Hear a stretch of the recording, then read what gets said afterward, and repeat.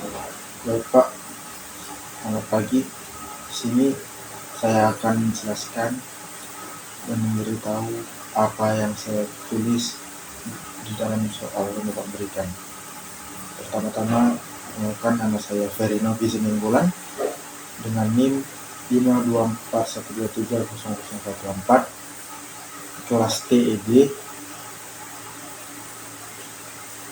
matkul praktek dasar elektronika. Baik, soal pertama yaitu tuliskan dan jelaskan konsep tegangan listrik, arus listrik, dan daya listrik beserta contohnya.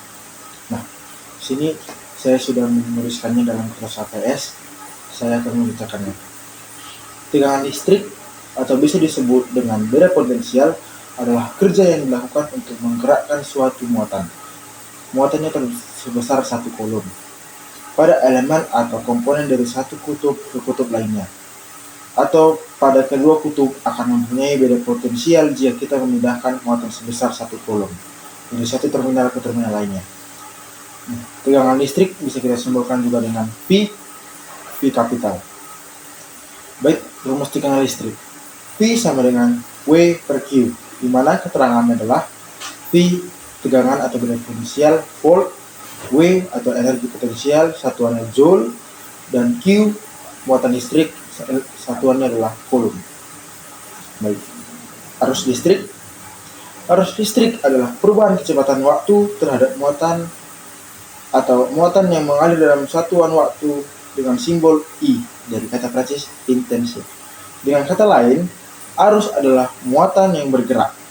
Selama muatan tersebut bergerak, maka akan muncul arus. Tetapi jika tidak bergerak, maka arus pun akan hilang. Bisa kita definisikan kalau arus listrik diukur dalam satuan ampere, atau bisa kita buat A huruf kapital. Secara sistematis, hubungan antara arus I, muatan Q, dan waktu adalah T. Rumus arus listrik adalah I sama dengan Q per T, di mana I adalah arus listrik, Q adalah muatan satuannya coulomb, T adalah waktu satuannya detik atau second. Nah, selanjutnya daya listrik. Daya listrik adalah kemampuan suatu peralatan listrik untuk melakukan usaha akibat adanya perubahan kerja dalam perubahan muatan listrik tiap satuan waktu. Daya listrik merupakan bagian dari besarnya beda potensial, kuat arus, hambatan, dan waktu. Daya satuannya adalah watt.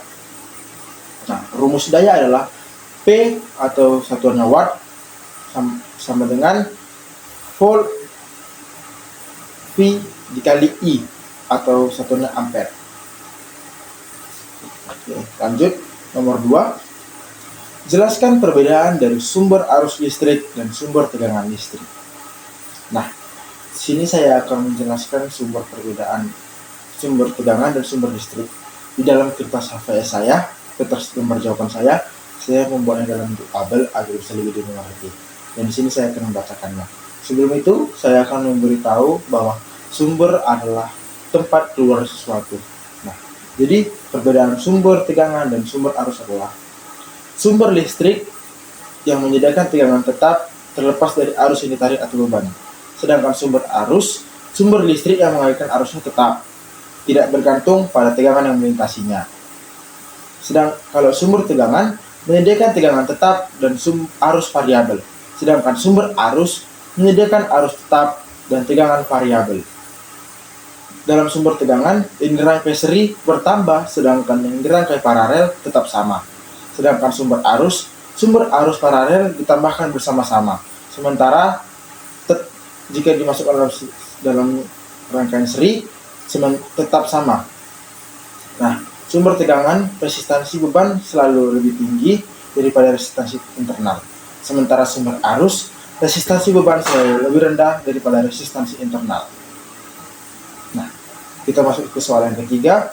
Jelaskan perbedaan dari komponen pasif dan komponen aktif. Komponen pasif adalah komponen yang tidak dapat menghasilkan atau memperkuat energi listrik. Komponen ini hanya bisa menyerap, menyimpan, dan menghambat arus listrik tanpa memerlukan daya eksternal. Contohnya adalah resistor, dan induktor.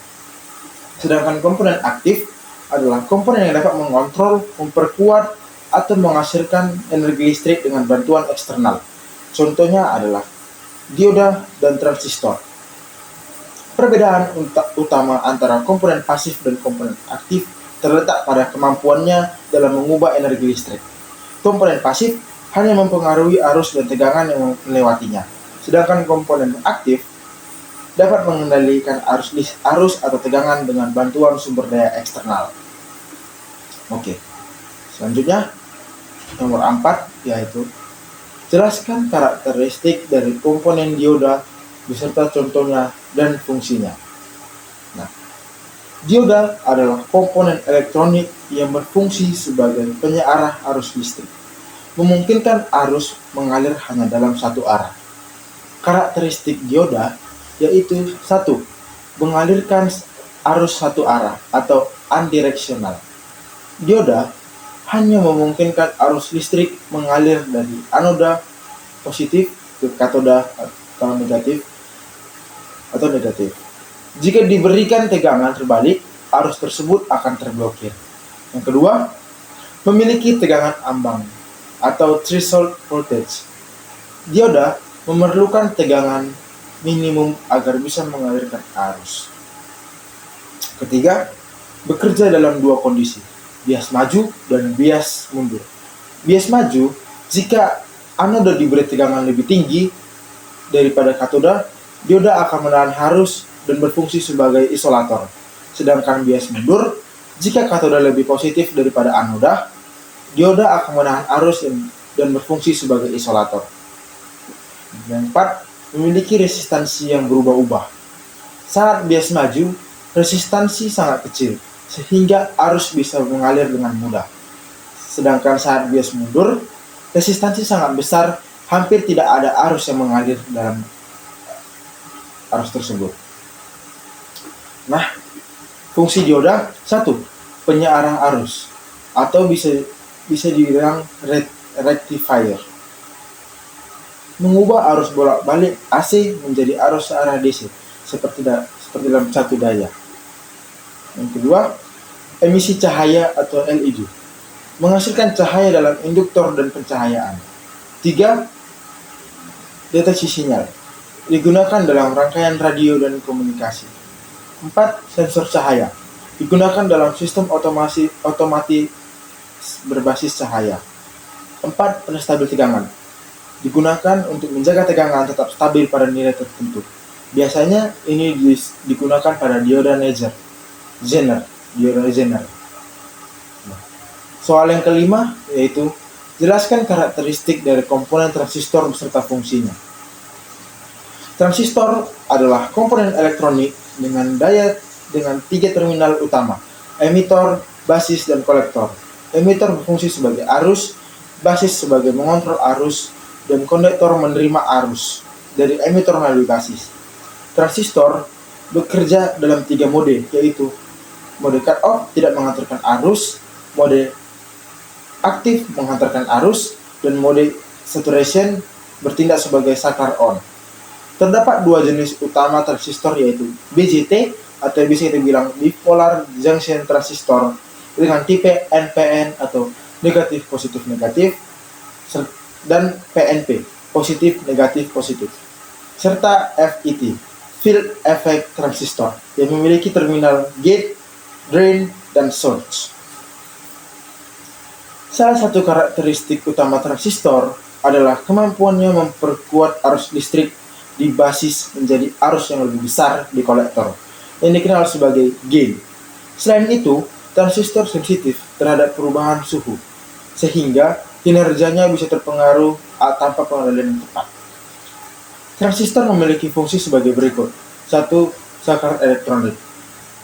Mengontrol arus listrik dalam rangkaian, bekerja dalam mode on, saturation, atau off, cut-off, digunakan pada sistem digital dan kontrol daya. 2. Penguat sinyal. Memperkuat sinyal listrik. Biasanya digunakan dalam perangkat audio, radio, dan komunikasi. 3. Regulator tegangan. Menstabilkan tegangan dalam power supply agar tetap konstan. 4. Osilator. Menghasilkan sinyal frekuensi dalam rangkaian komunikasi dan pemrosesan sinyal. 5.